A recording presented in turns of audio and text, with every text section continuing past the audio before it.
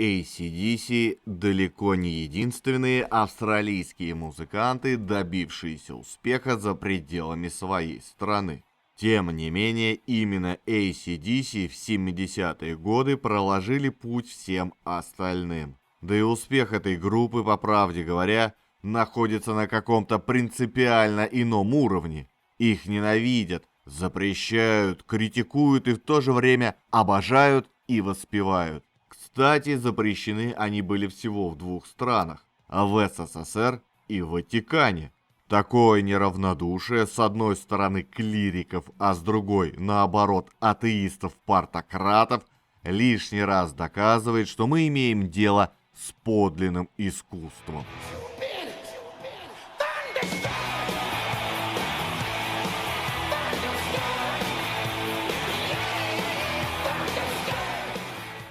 Основатели AC/DC Малькольм и Ангус Янги родились в Великобритании.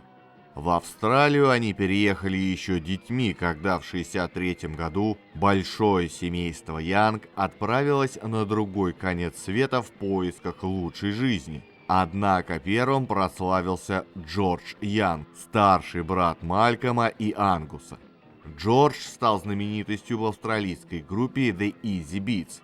В Австралии их популярность была сравнима с Битломанией. Тысячные толпы поклонников прорывали полицейские кордоны и гонялись за группой, угрожая разорвать музыкантов на сувениры. Джордж Янг образовал с гитаристом Гарри Ванда не только группу, но и плодотворный творческий союз, породивший на свет немало хитов, в том числе мировой известности.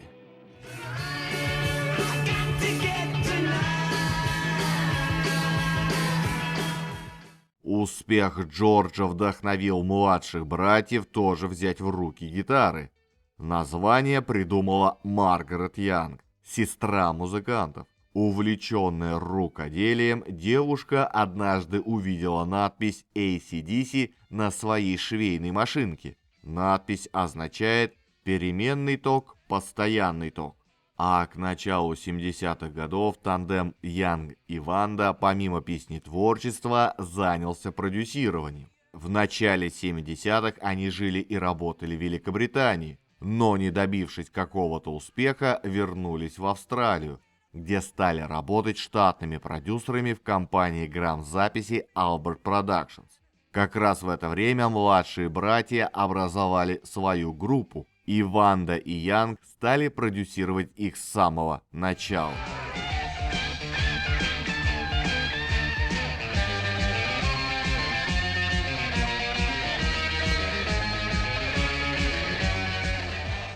Состав группы на ранней стадии часто менялся. AC/DC с самого начала была очень шумной группой, и менеджеры сиднейских клубов не хотели иметь с ними дело, пока один из них не проявил интерес и дал возможность группе выступать на нескольких площадках города. Ангус Янг перепробовал носить на сцене разные костюмы популярных героев: Человека-паука, Зорро, Гориллы Кинг-Конга, а также делал пародию на Супермена, назвав ее Супер Анг, но остановился на ставшем классическом обличии австралийской школьной униформе с короткими штанишками. Эту идею, кстати, тоже подала их сестра Маргарет. Стабильность проявилась в группе лишь когда место у микрофонной стойки занял еще один британский иммигрант Бон Скотт, называвший тексты своих песен сортирной поэзией. Это означало предельно сниженный пошлый юмор, а также поэтика пьяных драк и прочего алкогольного угара. Фронтмен AC/DC и жил как пел. Сортирная поэзия в подавляющем большинстве случаев носила практически репортажный характер. Бон Скотт попал в группу братьев Янгов, когда ему было 28 лет. Он был значительно старше всех остальных участников группы. Молодость у Бона Скотта была очень бурной. Начиная с того, что в 15 лет он ушел из школы, имел множественные конфликты с полицией, отбыл 9-месячный срок в исправительном учреждении для несовершеннолетних, был выгнан из армии, а также пролежал в коме в течение нескольких месяцев. Однако он успел к моменту встречи с AC/DC поиграть в нескольких музыкальных коллективах.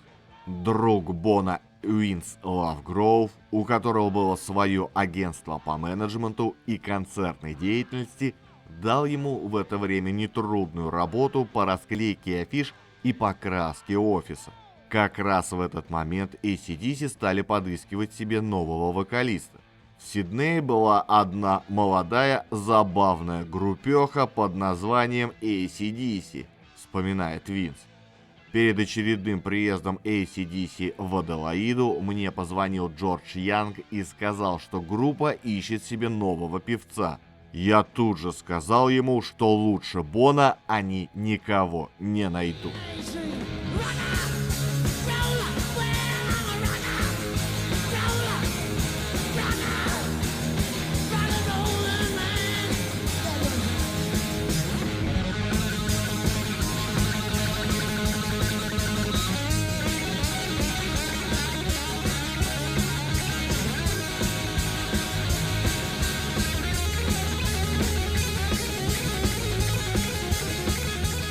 Предыдущий солист группы Дэйв Эванс сам ушел из AC/DC, недовольный музыкальным направлением и разругавшийся в пух и прах как с участниками команды, так и с ее менеджерами. А уже через месяц AC/DC записала с Боном Скоттом свой дебютный альбом. В основу альбома легли инструментальные заголовки братьев Янг, тексты на которые сочинил Бон Скотт. В рамках страны этот альбом имел колоссальный успех.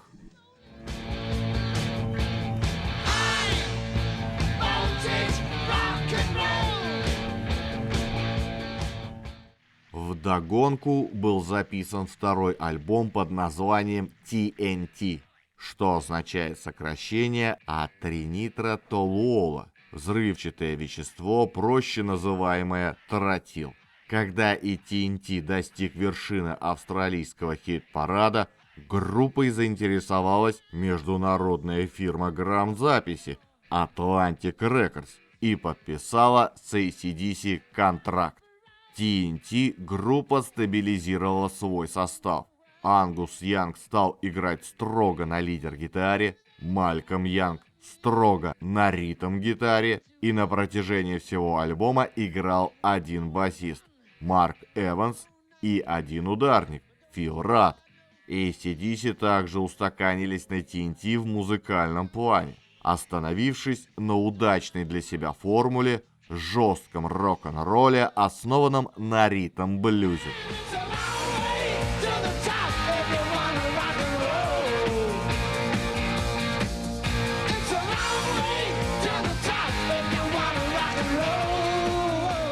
Песня «Это долгий путь наверх» стала настоящим гимном AC/DC, и Бон Скотт проявил здесь свои шотландские корни, сыграв в проигрыше на шотландской волынке.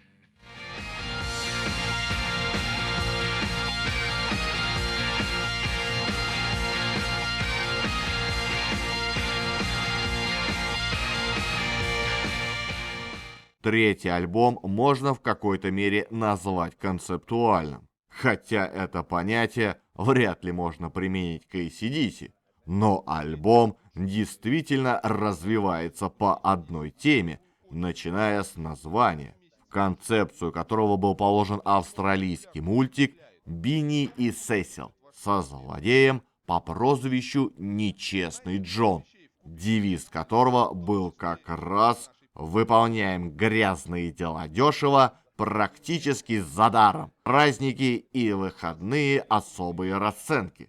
Начиная с первой песни, дальше по этому сценарию развивается весь альбом. В куплетах описаны ситуации, в которых может помочь главный герой, а в конце перечисляются методы работы, те самые грязные дела, где Бон Скотт собрал воедино все методы убийства из голливудских фильмов про мафию, Там и бетонные сапоги, цианид, колумбийский галстук и электрошок.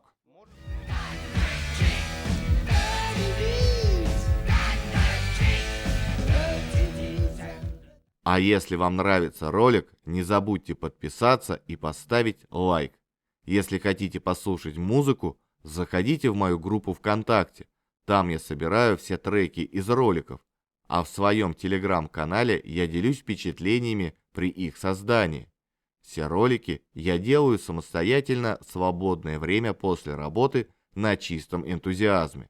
Поэтому, если вы считаете, что мой труд достоин поддержки, помочь мне вы можете через сервис Boosty. Также веду страницу на Яндекс.Дзене. Если пользуетесь им, буду рад видеть вас и там. Все ссылки оставил в описании под видео. Но продажи альбома разочаровали лейбл, и контракт с AC/DC был расторгнут. Однако при содействии главы лондонского филиала Atlantic Фила Карсона группа была принята обратно. Басист группы Марк Эванс так описал настроение: «Мы были по-настоящему злы. Мы собирались записать хитовый альбом и запихнуть его им в задницу». Ангус Янг вспоминал дым, шедший из усилителя во время записи заглавного трека. Усилитель продержался до конца песни, а потом расплавился. Несмотря на это, выпуск альбома был прохладно встречен критиками и с трудом вышел в топ-20. Следующий альбом также не имел особого успеха и стал популярным намного позже.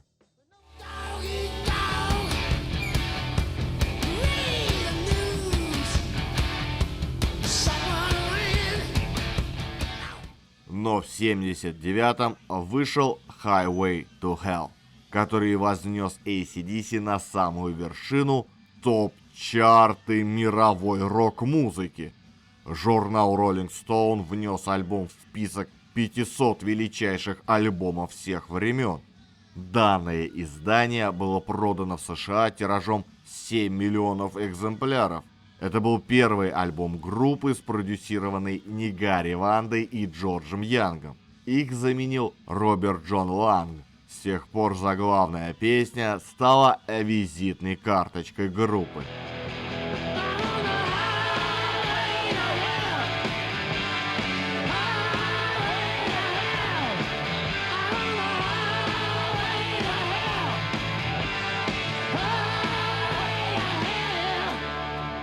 Несмотря на успех, группе довелось пройти через тяжелое испытание. Оно разделило творчество команды на до и после. Речь идет о трагической смерти Бона Скотта в 80-м году в возрасте 33 лет. Бон Скотт был настоящим рокером, со всеми, как говорится, вытекающими. Как-то поссорившись с женой, он нажрался в хлам, оседлал свой мотоцикл, гоняя по окрестностям, и, случайно зацепившись за стоявшую на обочине машину, разбился вдребезги, выбил себе несколько зубов, поранил шею и сломал ключицу. 3 дня провалялся в коме, несколько раз его сердце переставало биться. Однако на сей раз Бон выжил. Его как следует подлечили, вставили металлическую проволоку в челюсть. Однако стоило ему выйти из клиники, он принялся за старое. Даже после этой страшной аварии, где смерть буквально смотрела ему в лицо, он продолжал пить, драться, гонять на мотоцикле, безобразничать, цепляться ко всем без разбору, изводить жену и прочее, и прочее. И он в конце концов погиб самым банальным образом. Хватив, как обычно, лишку и захлебнувшись, извините, собственной рвотой. Со звездами рок-н-ролла такое нередко случается.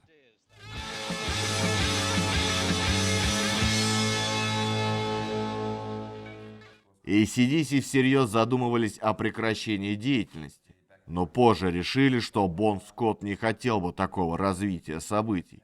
Начались поиски нового вокалиста. Несколько достойных кандидатов по стечению обстоятельств не попали в группу, а потом к ним пришел Брайан Джонсон.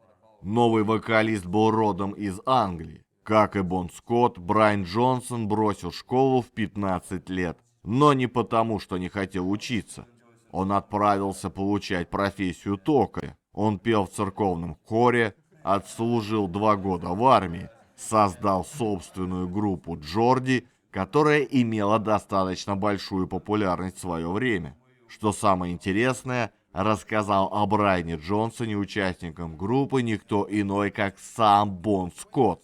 В 1973 году вполне еще живой Скотт был на концерте британской группы Джорди. Позже он описывал парням Брайана как знающего толк в рок-н-ролле.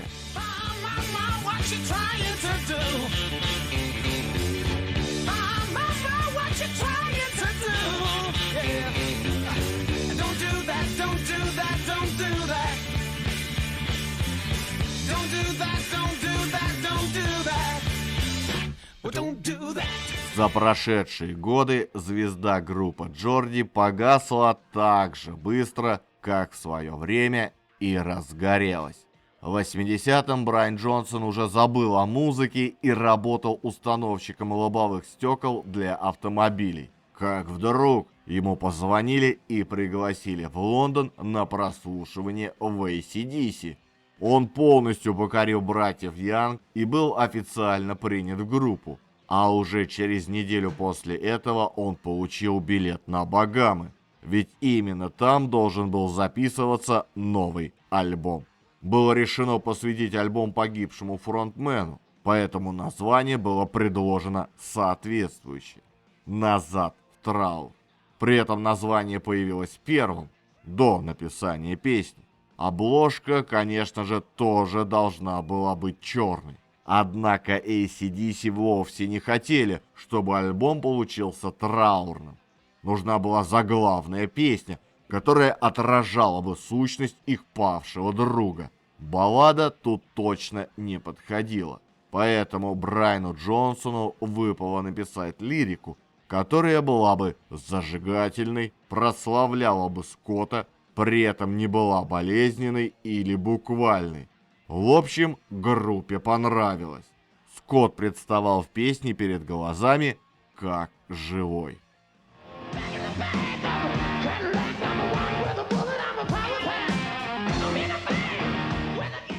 Кстати, знаменитый гитарный риф в песне – это изобретение Малькольма Янга. Он использовал его еще до создания песни в течение многих лет в качестве мелодии для разогрева.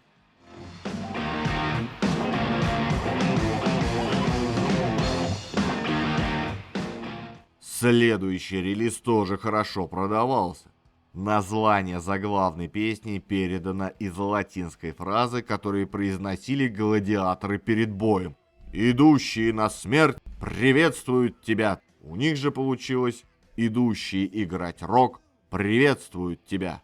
Во время концертов на последнем аккорде полили пушки, а AC/DC в равной степени покорили и фанов рока, и вершины чартов.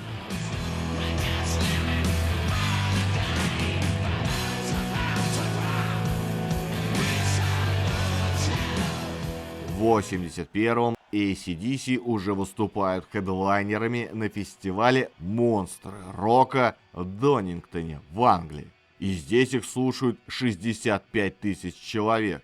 В середине 80-х начинается их победное шествие по лучшим площадкам планеты.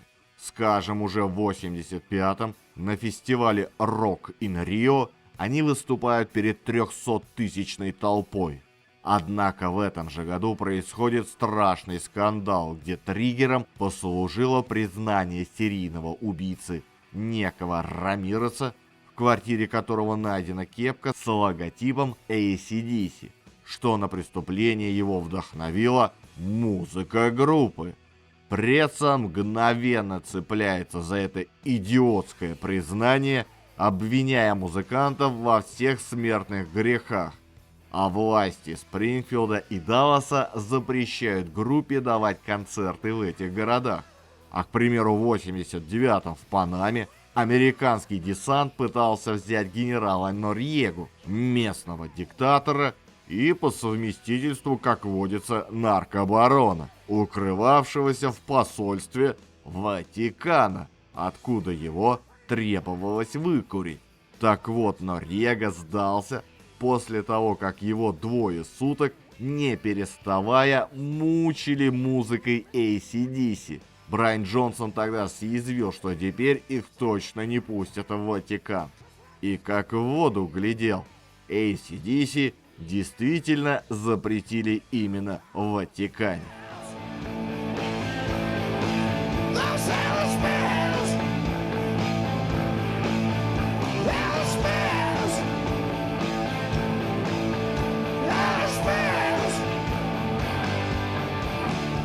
Но вернемся в 83 год. Новый альбом группа продюсировала без Ланга, и он был встречен публикой довольно прохладно. Барабанщик Фил Рад из-за личных разногласий с остальными членами группы, вызванных проблемами с алкоголем, покинул группу. На его место после анонимного прослушивания взяли Саймона Райта.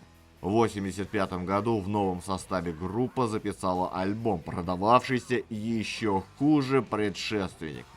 Популярность вернулась только в 1986-м с заглавной песней альбома, являющегося саундтреком к фильму Стивена Кинга «Максимальное ускорение».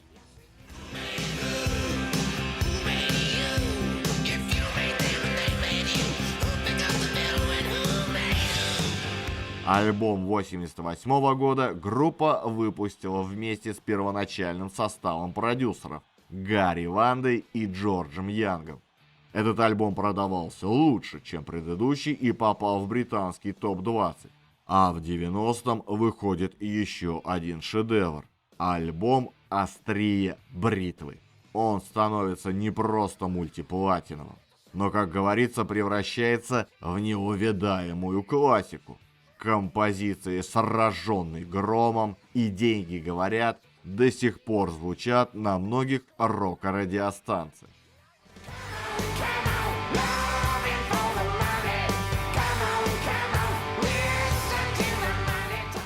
В 93-м они записали композицию «Big Gun», которая вошла в саундтрек фильма «Последний герой» с Арнольдом нашим Шварценеггером. И тогда же сняли одноименный клип, в котором Арнольд нарядился Ангусом и принялся повторять его движения. Говорят, что будущий губернатор Калифорнии отнесся к съемкам исключительно серьезно и долго учился фирменной манере Ангуса скакать по сцене.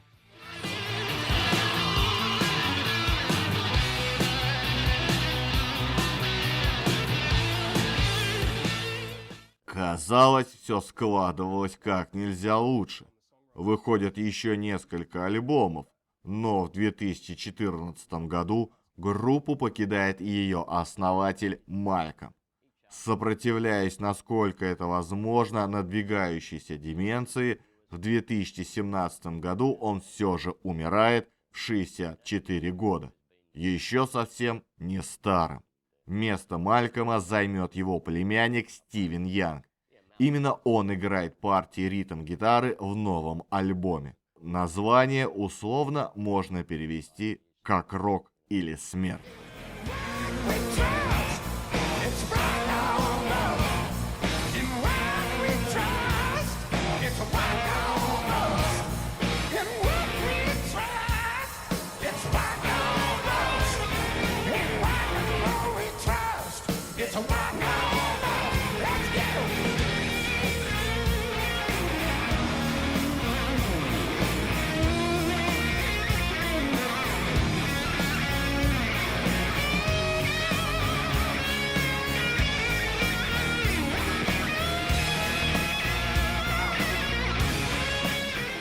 А тут еще барабанщик Фил Рад загремел под домашний арест за угрозу убийством и хранение наркотиков.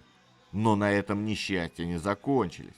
Вскоре во время гастролей Брайан Джонсон понял, что глохнет. Но не торопитесь клеймить тяжелую музыку вестником глухоты. Джонсон сам признавался, что просто не закрывал уши во время участия в автогонках. Брайан оказаться в одной компании с Бетховеном не захотел и взял тайм-аут. Старики-подельники пораскинули мозгами и назначили временным солистом Экселя Роуза, солиста Guns N' Roses. Эксель поработал, пока в строй не вернулся Джонсон.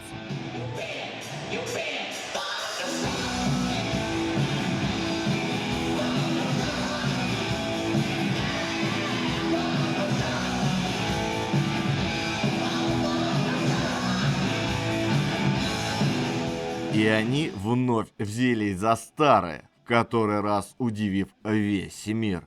Брайан Джонсон обзавелся искусственными барабанами-перепонками и вновь стал слышать. Фил Рат, отсидев положенное, вышел на свободу, и таким образом AC/DC вновь собрались золотым составом. Все, кроме Малькома, которого уже не было в живых. Засели в студии в Ванкувере, записав новый альбом. В переводе «включай» или «ключ на старт». То есть, как ни переводи, получается, что герои вновь в строю.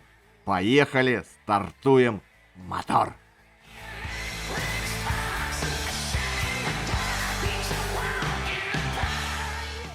В октябре 2021 года коллектив порадовал фанатов новым клипом. Ролик был создан с анимационными элементами, также в нем оказались архивные видео из выступлений группы в разные периоды ее творчества. Тем самым была отдана дань всем, кто ранее трудился в легендарном ансамбле.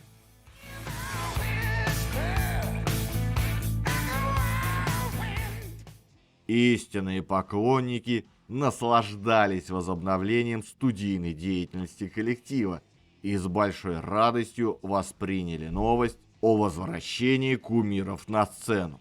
В этом году было объявлено, что легендарная группа сыграет осенью на Калифорнийском фестивале. Честно говоря, я не знаю, как им это удается. И почему их сильно постаревшие физиономии вызывают не иронические ухмылки, а наоборот, восхищение, восторг, поклонение. Видимо, потому что эти олдовые дядьки, свидетели и творцы времени великой музыки, никогда не изменяли себе, всю жизнь сохраняя верность своему стилю, ни разу не сбившись раз и навсегда избранного пути в искусстве. Они были не дерзновенными экспериментаторами, но надежными хранителями рок-традиций. И эту роль вряд ли кто-то исполнил бы лучше.